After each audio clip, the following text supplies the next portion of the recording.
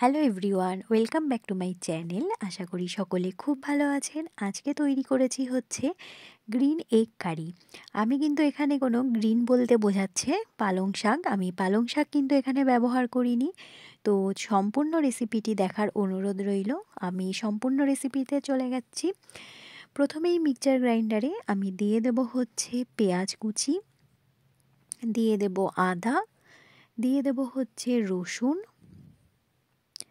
আর দিয়ে দেব হচ্ছে কাঁচা লঙ্কা। খুব ভালো করে পেস্ট তৈরি করে নিতে হবে।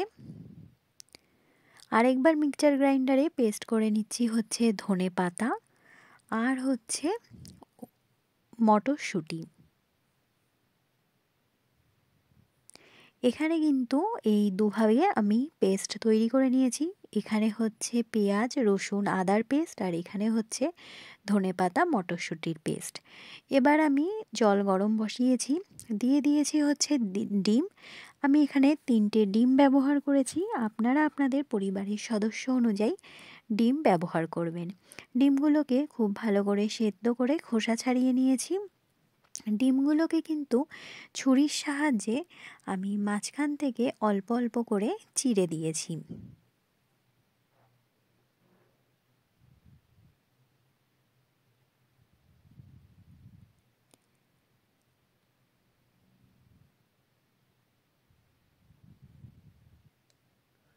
সবগুলো ডিমেই আমি তাই করেছি। দিয়ে দেব হচ্ছে লবণ আর হচ্ছে হলুদ। তাহলে কি হবে, লবণটা বা অন্যান্য মশলাগুলো খুব ভালো পরিমাণে ডিমের মধ্যে ঢুকে যাবে। ভালো করে হলুদ আর লবণ মাখিয়ে আমি এবার ডিমগুলোকে ফ্রাই করে নেব। একদমই কড়া করে ফ্রাই করব না, খুব হালকা করে ডিমগুলোকে আমি ফ্রাই করে নেব। তার জন্য আমি সরিষার তেল ব্যবহার করেছি। পুরো উপকরণটি আমি কিন্তু সরিষার তেলে তৈরি করব।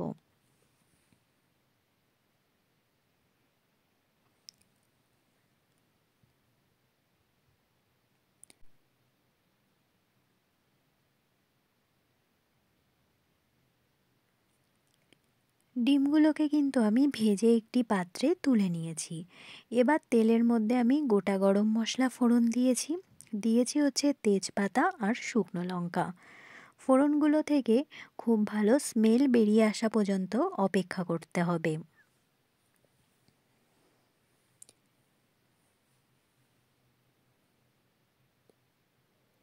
যখন ফোড়ন থেকে খুব ভালো স্মেল বেরিয়ে এসেছে, দিয়ে দিয়েছি হচ্ছে পেঁয়াজ রসুন আদা আর যে কাঁচা লঙ্কার পেস্টটা তৈরি করেছি সেটাকে দিয়ে খুব ভালো করে কিন্তু আমাকে কষিয়ে নিতে হবে, যতক্ষণ না রসুন পেঁয়াজ এবং আদার সেই কাঁচা গন্ধটা চলে যাচ্ছে।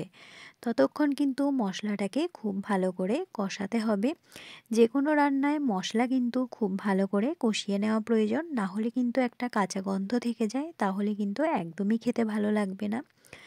আর এই রান্নাটা করতে করতে আমি কিছু টিপস দেব, যার ফলে আপনারা কিন্তু এখানে ডিমের কারিটা পুরোটাই গ্রিন রাখতে পারবেন।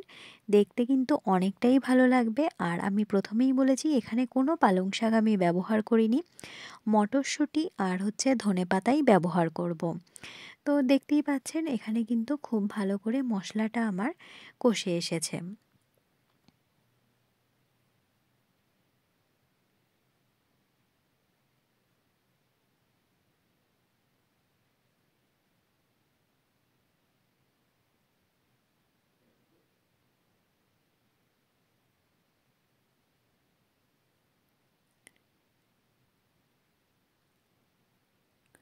মশলাটা থেকে তেল ছেড়ে এসেছে। এবার আমি কিছু গুঁড়ো মশলা ব্যবহার করব।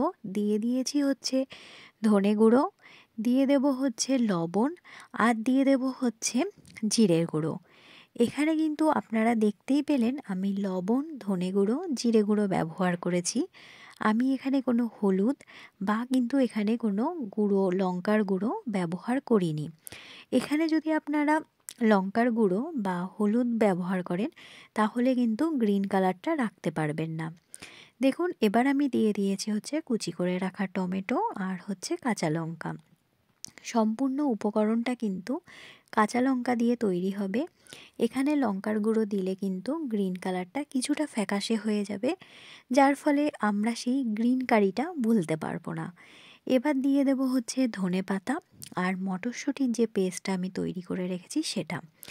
এবার দিয়ে মশলাটা সমেত খুব ভালো করে কিন্তু আমার আবার কষিয়ে নিতে হবে। আর হলুদ গুঁড়োটাও আমি ওই কারণেই ব্যবহার করিনি, তাহলে হলুদ ব্যবহার করলেও কিন্তু গ্রিন কালারটা কেটে যাবে। তো এবার হচ্ছে পুরো উপকরণটা খুব ভালো করে মিক্সড করে নিতে হবে।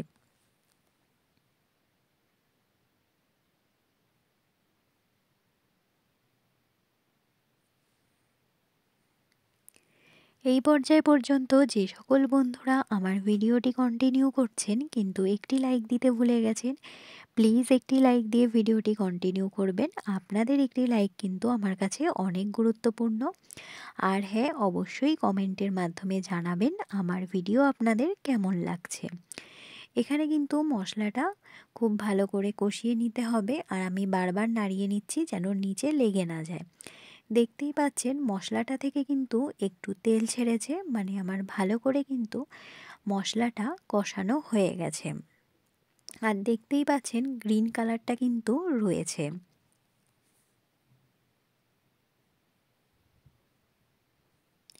এবার আমি ব্যবহার করব হচ্ছে জল। আপনি যে পরিমাণ ঝোল রাখবেন, এটা একদমই বেশি ঝোল রাখলে ভালো লাগবে না, একটু গা মাখা কষা টাইপের হবে। এগ কারি যেমন কষা হয়, ডিম কষা তেমনই হবে, সেই আন্দাজে আপনারা এখানে কিন্তু জল ব্যবহার করবেন। দেখতেই পাচ্ছেন আমি কিন্তু জলের পরিমাণ এখানে খুব বেশি দিইনি। এবার হচ্ছে জল দিয়ে খুব ভালো করে কিন্তু জলটাকে ফুটতে দিতে হবে। জলটা না ফোটা পর্যন্ত এখানে ভেজে রাখা ডিমটা আমি ব্যবহার করব না। ঝোলটা খুব ভালো করে যখন ফুটে উঠবে তখনই ভেজে রাখা ডিমগুলো আমি ব্যবহার করব। এই পর্যায়ে দেখতে পাচ্ছেন ঝোলটা কিন্তু বেশ ভালো করে ফুটে উঠেছে। এবার ভেজে রাখা ডিমগুলোকে আমি ব্যবহার করব। আমি একমাত্র ডিম ভাজার সময় একটু হলুদ ব্যবহার করেছি, কিন্তু সম্পূর্ণ রেসিপিতে কিন্তু আমি কোনো হলুদ গুঁড়ো বা লঙ্কার গুঁড়ো ব্যবহার করিনি। পুরো রেসিপিটি কাঁচা লঙ্কা দিয়ে তৈরি হয়েছে। এখানে খুব ভালো করে ফুটিয়ে নিতে হবে। দিয়ে দেব হচ্ছে উপর থেকে কুচি করে রাখা একটু ধনেপাতা। খুব ভালো করে ফুটিয়ে নিতে হবে, তার কারণ হচ্ছে ডিমের ভেতরে পুরো উপকরণ বা মশলাটা ভালো করে ঢুকতে হবে, না হলে একদমই ভালো লাগবে না। আর আমি স্বাদের ব্যালেন্সের জন্য খুব সামান্য পরিমাণ চিনি ব্যবহার করেছি। এখানে অবশ্য চিনিটা আপনারা নাই ব্যবহার করতে পারেন, কিন্তু চিনিটা ব্যবহার করলে স্বাদের ব্যালেন্সটা কিন্তু খুব ভালো থাকবে। আর ব্যবহার করলাম হচ্ছে একটু ঘি। এখানে ঘিটা অপশনাল, আপনারা চাইলে নাও ব্যবহার করতে পারেন, কিন্তু ঘি ব্যবহার করলে কিন্তু রান্নার স্বাদটা অনেকটা মাত্রায় বেড়ে যায়। ঘি দিয়ে একটু কিছুক্ষণ ফোটানোর পর ব্যবহার করব হচ্ছে গরম মশলার গুঁড়ো।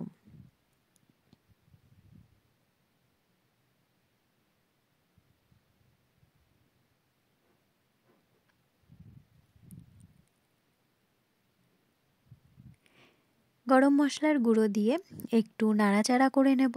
এখানে দেখতেই পাচ্ছেন আমার কিন্তু যে জলটা আমি দিয়েছি সেটা কিন্তু অনেকটাই কমে এসেছে, বেশ গামাখা একটা কষা তৈরি হয়েছে। এই পর্যায়ে কিন্তু আমার রেসিপিটি তৈরি হয়ে গেছে।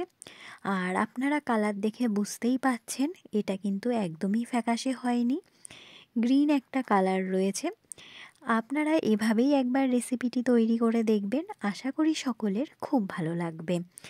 আমি একটি পাত্রে সার্ভ করে নিয়েছি, দেখেই বুঝতে পাচ্ছেন রেসিপিটি অত্যন্ত সুন্দর হয়েছে আর খেতেও কিন্তু খুবই ভালো হয়েছে। আজকের ভিডিও কেমন লাগলো অবশ্যই কমেন্টের মাধ্যমে জানাবেন। আজকে আমি এইভাবেই ভিডিওটি শেষ করছি, অন্য কোনো দিন অন্য কোনো ভিডিওর সাথে দেখা হবে। সকলে ভালো থাকবেন, সুস্থ থাকবেন।